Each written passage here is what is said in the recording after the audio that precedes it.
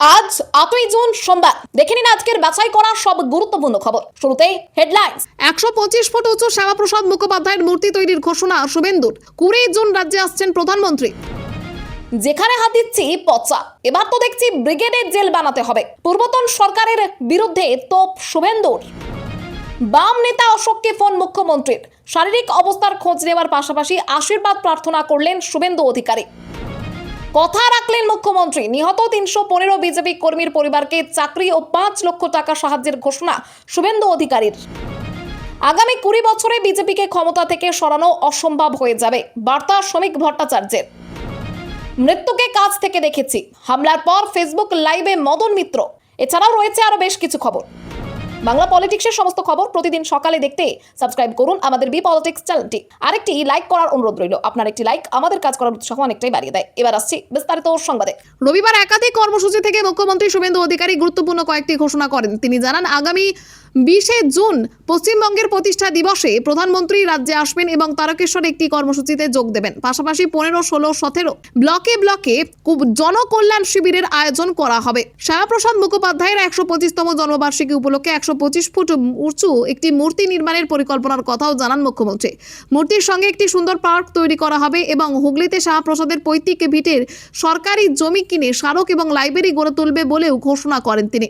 পশ্চিমবঙ্গ সৃষ্টিতে শ্যামাপ্রসাদ মুখোপাধ্যায় ও স্বামী প্রণবানন্দের ভূমিকার কথা স্মরণ করে সেই ইতিহাস তুলে ধরার উপর জোর দেন শুভেন্দু।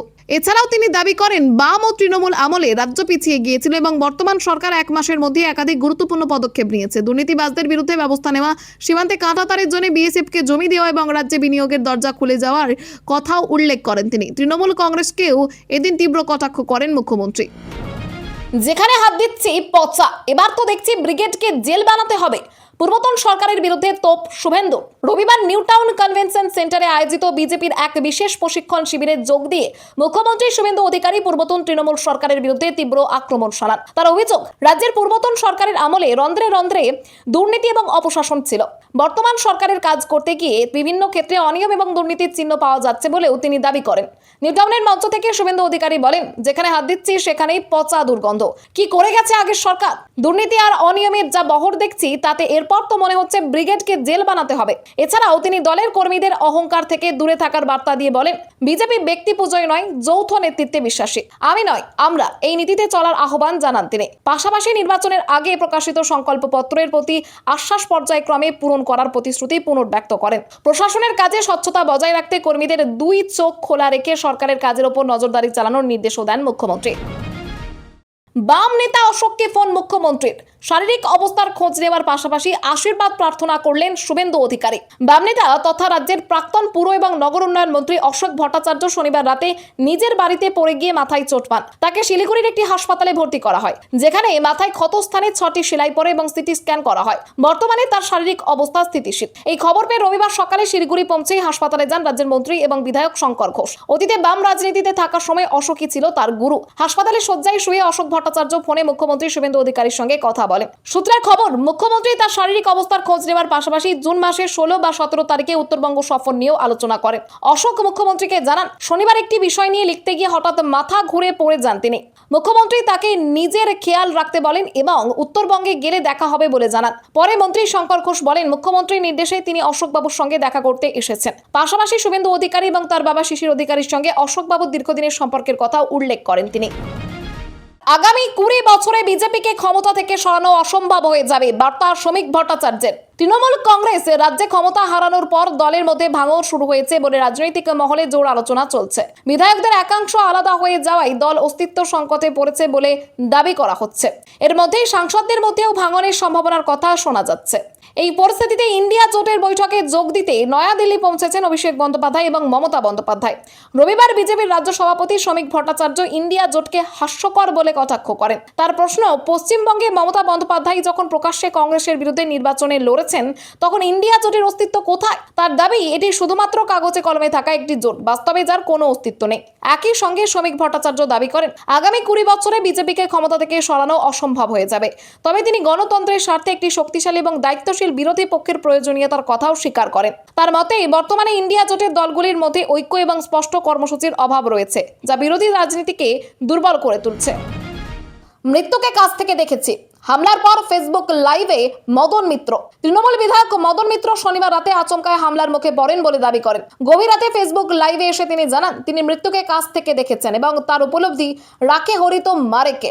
লাইভে তিনি ঘটনার অভিজ্ঞতা তুলে ধরার পাশাপাশি যারা তাকে এই কঠিন পরিস্থিতি থেকে উদ্ধার করেছেন তাদের প্রতি কৃতজ্ঞতা প্রকাশ করেন এবং পুলিশের দৃষ্টি আকর্ষণ করেন। মদন মিত্র জানান 14 নম্বর ওয়ার্ডের কাউন্সিলর, তার সহকর্মী এবং দক্ষিণেশ্বর এলাকার মা বোনেরা তাকে রক্ষা করতে গুরুত্বপূর্ণ ভূমিকা নিয়েছেন। তার দাবি প্রায় 1 ঘন্টা ধরে এলাকার বাসিন্দারা সমস্ত বাড়ির আলো নিভিয়ে তাকে নিরাপদে রাখেন। আনোয়ার নামে এক ব্যক্তির কথাও উল্লেখ করেন তিনি। ঘটনার বিবরণ দিতে গিয়ে মদন মিত্র বলেন তার বিধায়ক কার্যালয়ের দুদিকে সরু রাস্তা রয়েছে এবং যারা হামলা করতে এসেছিল তারা ওই এলাকার গলির বিষয়ে অবগত ছিল না। তিনি আরো জানান আচমকা খবর আসে প্রায় 1 থেকে 150 জন যুবক মোটরসাইকেলে ঘটনাস্থলে পৌঁছেছে।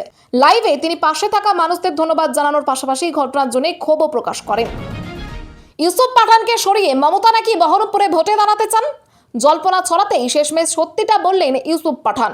বাংলায় তৃণমূল কংগ্রেসের নেতাদের ফুটপ্রিন্ট গত 1 মাসে কমে যাওয়াকে কেন্দ্র করে রাজনৈতিক মহলে জোর চর্চা চলছে। এর মধ্যেই জল্পনা ছড়ায় বিধানসভায় পরাজিত হওয়ার পর সংসদে যাওয়ার পথ পরিষ্কার করতে মমতা ব্যানার্জি নাকি বহরমপুরের সাংসদ ইউসুফ পাঠানকে পদ ছাড়ার জন্য চাপ দিয়েছেন। এমনকি সামাজিক মাধ্যমে দাবি করা হয় এই বিষয়ে নাকি মধ্যস্থতা করেছিলেন সৌরভ গাঙ্গুলি। তবে প্রথমেই সৌরভ গাঙ্গুলি এই তথ্যকে ভুয়ো বলে উড়িয়ে দেন। এরপর ভিডিও বার্তায় বহরমপুরের সাংসদ ইউসুফ পাঠান জানান তাকে মমতা ব্যানার্জি বা দলের কোনো নেতা কখনোই সাংসদ পদ ছাড়ার কথা বলেননি। তিনি স্পষ্টভাবে বলেন এই ধরনের খবর সম্পূর্ণ ভুল এবং তাকে কেউ এমন কোনো বার্তা দেননি।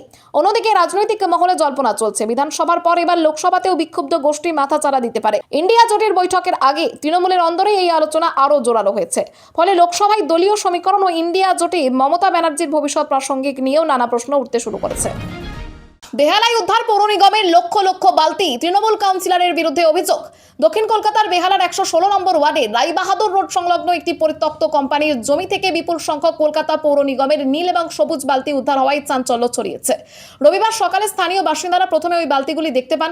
পরে বিষয়টি দক্ষিণ কলকাতার বিজেপির সম্পাদক তারক বন্দ্যোপাধ্যায়কে জানানো হয়। ঘটনাস্থলে পৌঁছে তারক বন্দ্যোপাধ্যায় অভিযোগ করেন 116 নম্বর ওয়ার্ডে তৃণমূল কাউন্সিলর কৃষ্ণা সিং ওই বালতিগুলি কোম্পানির মালিকের কাছে বিক্রি করে দিয়েছেন। বিজেপির দাবি ওই বালতিগুলি সাধারণ মানুষকে বিনামূল্যে দেওয়ার কথা ছিল। তাহলে কিভাবে সেগুলি একটি বেসরকারি কোম্পানির কাছে গেল তা তদন্ত সাপেক্ষ। অন্যদিকে কোম্পানির এক প্রতিনিধি দাবি করেছেন 4 থেকে 5 বছর আগে কাউন্সিলর তাদের জানিয়েছিলেন যে এত বালতি রাখার জায়গা নেই, তাই সাময়িকভাবে সেখানে রাখা হচ্ছে এবং পরে সাধারণ মানুষকে দেওয়া হবে। ইতিমধ্যে এই বিষয়টি বেহালা থানায় জানানো হয়েছে এবং কলকাতা পৌর নিগমেও অভিযোগ দায়েরের কথা জানিয়েছে বিজেপি। এই ঘটনায় বিজেপি নেতা সজল ঘোষ তৃণমূলের বিরুদ্ধে তীব্র সমালোচনা করে বালতি চোর বলে কটাক্ষ করেছেন। যাদবপুরে হকার উচ্ছেদ অভিযান ঘিরে উত্তেজনা, আটক সৃজন ভট্টাচার্য। রবিবার গভীর রাতে যাদবপুর স্টেশন চত্বরে বুলডোজার দিয়ে একাধিক বেআইনি দোকান ও নির্মাণ ভাঙার উচ্ছেদ অভিযান চালায় রেল কর্তৃপক্ষ। সন্ধ্যা থেকে হকার উচ্ছেদের আশঙ্কায় 212 বাসস্ট্যান্ড সংলগ্ন এলাকায় উত্তেজনা ছড়ায়। ঘটনাস্থলে কলকাতা পুলিশ, রেল পুলিশ এবং কেন্দ্রীয় বাহিনী মোতায়েন ছিল। উচ্ছেদ রুখতে বাম কংগ্রেসের সম্মিলিত প্রতিবাদ চলে এবং স্থানীয়রাও অংশ নেন। অভিযানের সময় সিপিএম নেতা সৃজন ভট্টাচার্য সহ অনেককেই আটক করা হয়। সৃজনের অভিযোগ আদালত ও আইনকে উপেক্ষা করে রেল বেআইনি উচ্ছেদ চালিয়েছে এবং তাকে জোর করে আটক করা হয়েছে। বিক্ষোভকারীদের ওপর লাঠিচার্জের অভিযোগও উঠেছে। ঘটনায় নাট্যকর্মী জয়রাজ ভট্টাচার্য সহ একাধিক ব্যক্তি আহত হন। বাম নেতা সৃজন ভট্টাচার্য ও উষসী চক্রবর্তী দাবি করেন পুনর্বাসনের ব্যবস্থা না করে এবং আদালতের নির্দেশ অমান্য করে এই উচ্ছেদ অভিযান চালানো হয়েছে। এর আগে হাওড়া শিয়ালদা স্টেশন চত্বরে রেলের উচ্ছেদ অভিযান নিয়েও বিতর্ক তৈরি হয়েছিল। একই সঙ্গে হাওড়া ময়দান এলাকায় মঙ্গলা হাটের ব্যবসায়ীদেরও রাস্তা ও ফুটপাতে বসতে নিষেধ করার নির্দেশ দেওয়া হয়েছে। খাবারের গুণগত মান কেমন? পরীক্ষায় 5 টাকা দিয়ে মা আহারে মধ্যাহ্নভোজ সারলেন মন্ত্রী ইন্দ্রনীল। মা আহারের খাবারের গুণাগুণের মান খতিয়ে দেখতে আচমকাই বেহালার একটি মা আহার স্টলে পৌঁছে যান রাজ্যের মন্ত্রী ইন্দ্রনীল খা। সেখানে সমস্ত কিছু পরিদর্শনের পাশাপাশি সাধারণ মানুষের সঙ্গে লাইনে দাঁড়িয়ে মাত্র 5 টাকায় মধ্যাহ্নভোজও সারেন তিনি। পরে হাসি মুখে জানান রান্না ছিল পারফেক্ট এবং মশলা একদম পরিমিত। সম্প্রতি পঞ্চায়েত মন্ত্রী দিলীপ ঘোষ ঘোষণা করেছেন মা ক্যান্টিনের নতুন নাম হবে মা আহার। আগে 5 টাকায় ডিম ভাত দেওয়া হলেও এখন খাদ্য তালিকায় মাছও যুক্ত হয়েছে। রাজ্যে বিজেপি ক্ষমতায় আসার পর আরো 110টি নতুন কেন্দ্র চালু করার সিদ্ধান্ত নেওয়া হয়েছে। ফলে মোট 500টি কেন্দ্র থেকে 5 টাকার বিনিময়ে খাবার বিতরণ করা হবে। রবিবার একটি রক্তদান শিবির থেকে ফেরার পথে জেমস লং সরণিতে মা আহারের স্টল দেখে গাড়ি থামান ইন্দ্রনীল খা। সেখানে মাছ ভাত খাওয়ার পর তিনি জানান 5 টাকার খাবারে যে চাল দেওয়া হয়েছিল বাড়িতেও তিনি একই ধরনের চাল খান। মন্ত্রীর এই সাধারণ মানুষের মতো লাইনে দাঁড়িয়ে খাবার খাওয়ার ছবি সামনে আসতেই অনেকেই এর প্রশংসা করেছেন। মাসের মাইনে মোটে 6,000, অথচ সরকারি ইঞ্জিনিয়ারের বাড়ির লকারে কোটি কোটি টাকা। হদিশ মিলল বহু জমি বাড়ির। ওড়িশায় সরকারি ইঞ্জিনিয়ার বৈকুণ্ঠ নাথ বেহেরার বিরুদ্ধে আয়ের তুলনায় বিপুল সম্পত্তি অর্জনের অভিযোগে বড়সড় অভিযান চালিয়েছে রাজ্যের ভিজিল্যান্স বিভাগ। ভুবনেশ্বরের বিশেষ ভিজিল্যান্স আদালতের পরোয়ানা নিয়ে ভুবনেশ্বর, বালাসোর, জাজপুর এবং বালিগুড়ার মোট 9টি জায়গায় একযোগে তল্লাশি চালানো হয়। তদন্তে জানা গিয়েছে বৈকুণ্ঠ নাথ বেহেরা ও তার পরিবারের নামে 5টি বহুতল বাড়ি এবং 13টি জমি রয়েছে। এর মধ্যে ভুবনেশ্বরের নীলাদ্রি বিহারে প্রায় 10,500 স্কোয়ার ফিটের একটি 4তলা বাড়িও রয়েছে। এছাড়া ভুবনেশ্বর, জাজপুর এবং বারিপদায় একাধিক সম্পত্তির সন্ধান মিলেছে। সবথেকে চাঞ্চল্যকর বিষয়, তার পরিবারের একটি ব্যাংক লকার থেকে প্রায় 2 কোটি টাকা নগদ উদ্ধার হয়েছে। এর আগে বাড়ি থেকে 2.66 লক্ষ টাকারও বেশি নগদ পাওয়া যায়। পাশাপাশি সোনার গহনা, ব্যাংক আমানত, পোস্ট অফিস সঞ্চয় এবং অন্যান্য বিনিয়োগের হিসাবেও খতিয়ে দেখা হচ্ছে। 1999 সালে জুনিয়র ইঞ্জিনিয়ার হিসেবে চাকরি করা বৈকুণ্ঠ নাথ বেহেরার মাসিক বেতন ছিল প্রায় 6,000 টাকা। বর্তমানে তার সম্পত্তির উৎস ও বৈধতার তদন্ত চলছে, যা ওড়িশার অন্যতম বড় দুর্নীতি বিরোধী মামলা হিসেবে দেখা হচ্ছে। এবার বিকাশ রঞ্জন ভট্টাচার্যের বাড়ির সামনে গিয়ে শুয়োরের মাংস খেলো এক হিন্দুত্ববাদী সংগঠন। ঘটনার প্রতিক্রিয়া দিয়েছেন বিকাশ রঞ্জন। দেশ জুড়ে ধর্মীয় অসহিষ্ণুতার প্রতিবাদে বছর 10 আগে ধর্মতলায় দাঁড়িয়ে গোমাংস খেয়েছিলেন বাম নেতা তথা আইনজীবী বিকাশ রঞ্জন ভট্টাচার্য। সেই ঘটনা নিয়ে দীর্ঘদিন ধরেই তিনি হিন্দুত্ববাদীদের সমালোচনার মুখে রয়েছেন। সম্প্রতি সোশ্যাল মিডিয়ায় ভাইরাল হওয়া একটি ভিডিওতে দেখা যায় কয়েকজন যুবক তার বাড়ির সামনে দাঁড়িয়ে পর্ক উৎসব পালন করছেন। জাতির কথা নামে একটি অরাজনৈতিক হিন্দু সংগঠনের সদস্য বলে দাবি করেন তারা।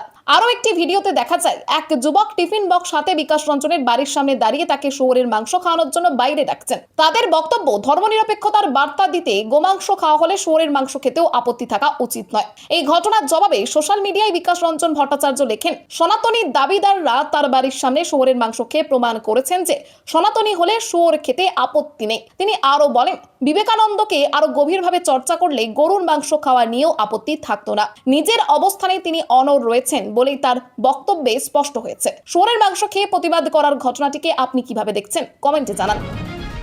চায়ের দোকানের আড়ালে মদের কারবার, ঘাটালে গ্রেপ্তার দোকান মালিক। পশ্চিম মেদিনীপুর জেলার ঘাটাল থানার নিশ্চিন্দিপুর এলাকায় বাইরে থেকে সাধারণ চায়ের দোকান মনে হলেও সেখানে গোপনে বিদেশি মদের ব্যবসা চলছিল বলে অভিযোগ। দোকানের মালিক আবির দলুই দীর্ঘদিন ধরে চা বিক্রির আড়ালে এই ডুয়েল বিজনেস চালিয়ে আসছিলেন বলে জানা গিয়েছে। এলাকার বাসিন্দাদের অনেকের প্রশ্ন ছিল, সন্ধ্যা হলেই ওই চায়ের দোকানে এত ভিড় কেন? পরে জানা যায় চা ছিল শুধুমাত্র একটি বাহানা। আসল আকর্ষণ ছিল গোপনে বিক্রি হওয়া মদের বোতল। দুধ লিকারের আড়ালে বিদেশি মদের ব্যবসা চলছিল বলে অভিযোগ। গোপন সূত্রে খবর পেয়ে শনিবার সন্ধ্যায় ঘাটাল থানার পুলিশ ওই দোকানে অভিযান চালায়। তল্লাশি শুরু হতেই চায়ের কেটলির পাশ থেকে একের পর এক মদের বোতল উদ্ধার হয়। এরপর চা বিক্রির নাম করে বেআইনিভাবে মদের কারবার চালানোর অভিযোগে দোকান মালিক আবির দলুইকে হাতে নাতে গ্রেপ্তার করে পুলিশ। পুলিশ জানিয়েছে অভিযুক্তকে আদালতে তোলা হচ্ছে এবং হেফাজতে নিয়ে জিজ্ঞাসাবাদের মাধ্যমে এই ব্যবসার সঙ্গে অন্য কেউ জড়িত ছিল কিনা তা খতিয়ে দেখা হবে। পুলিশের ভয়ে শাড়ির স্তূপের নিচে লুকিয়েছিল তৃণমূল কর্মী। অবশেষে পুলিশের জালে ব্রহ্মানন্দ চক্রবর্তী। 2021 সালের ভোট পরবর্তী অশান্তির অভিযোগে উদয়নারায়ণপুরে তৃণমূল কর্মী ব্রহ্মানন্দ চক্রবর্তীকে গ্রেপ্তার করেছে পুলিশ। অভিযোগ, পুলিশের হাত থেকে বাঁচতে তিনি শাড়ির স্তূপের নিচে লুকিয়েছিলেন। তল্লাশির সময় ঢাই করে রাখা শাড়ি সরাতেই তাকে উদ্ধার করা হয়। এই ঘটনায় এলাকায় চাঞ্চল্য ছড়িয়েছে। সাম্প্রতিক সময়ে রাজ্যের বিভিন্ন প্রান্তে তৃণমূল নেতা কর্মীদের বিরুদ্ধে একাধিক অভিযোগে পুলিশি অভিযান এবং গ্রেপ্তারের ঘটনা সামনে এসেছে।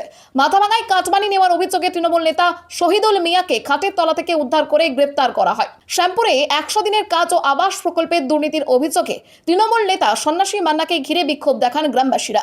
এছাড়া সরকারি সার এবং ত্রিপল অবৈধভাবে মজুদ রাখার অভিযোগে খড়গপুরের প্রধান নাজমুল খাঁ, জমি জালিয়াতির অভিযোগে কাঁথির কাউন্সিলর অতনু গিরি এবং প্রাক্তন তৃণমূল বিধায়ক সুজয় হাজরাকে গ্রেপ্তার করা হয়েছে। অন্যদিকে তোলাবাজির অভিযোগে কলকাতার 101 নম্বর ওয়ার্ডের তৃণমূল কাউন্সিলর বাপ্পাদিত্য দাশগুপ্তও পুলিশের জালে ধরা পড়েছেন। 30 লক্ষ টাকার ইট লুটের অভিযোগে অনুব্রত মণ্ডলের বিরুদ্ধে এফআইআর। বীরভূমের তৃণমূল নেতা অনুব্রত মণ্ডলের বিরুদ্ধে শান্তিনিকেতন থানায় এফআইআর দায়ের হয়েছে। চুরি, তোলাবাজি এবং ভয় দেখানোর মতো একাধিক জামিন অযোগ্য ধারায় অনুব্রত মণ্ডল ও তার সঙ্গীদের বিরুদ্ধে মামলা রুজু করেছে পুলিশ।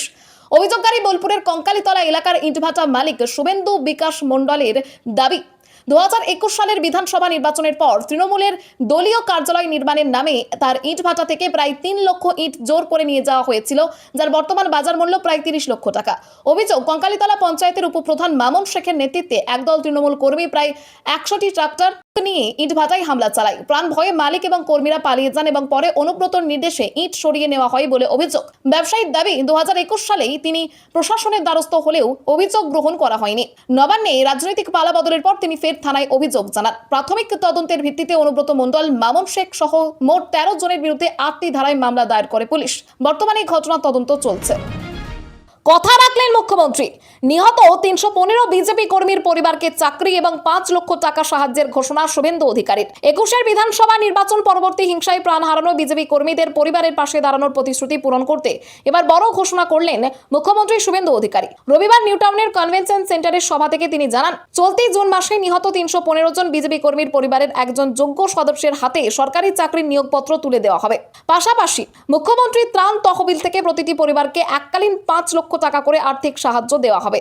2021 সালের বিধানসভা নির্বাচনে ফল ঘোষণার পর রাজ্যের বিভিন্ন জেলায় বিজেপি কর্মীদের ওপর রাজনৈতিক অত্যাচার এবং হামলার অভিযোগ ওঠে।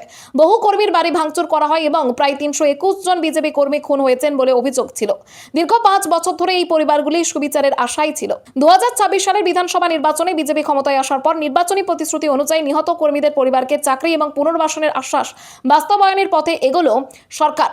মুখ্যমন্ত্রীর ঘোষণা অনুযায়ী জুন মাসেই 315টি পরিবার চাকরির নিয়োগপত্র পাবে এবং প্রত্যেকটি পরিবারকে 5 লক্ষ টাকা করে আর্থিক সহায়তাও দেওয়া হবে। খবর আজকের মতো এখানেই শেষ। আবার আসছি আগামীকাল সকালে।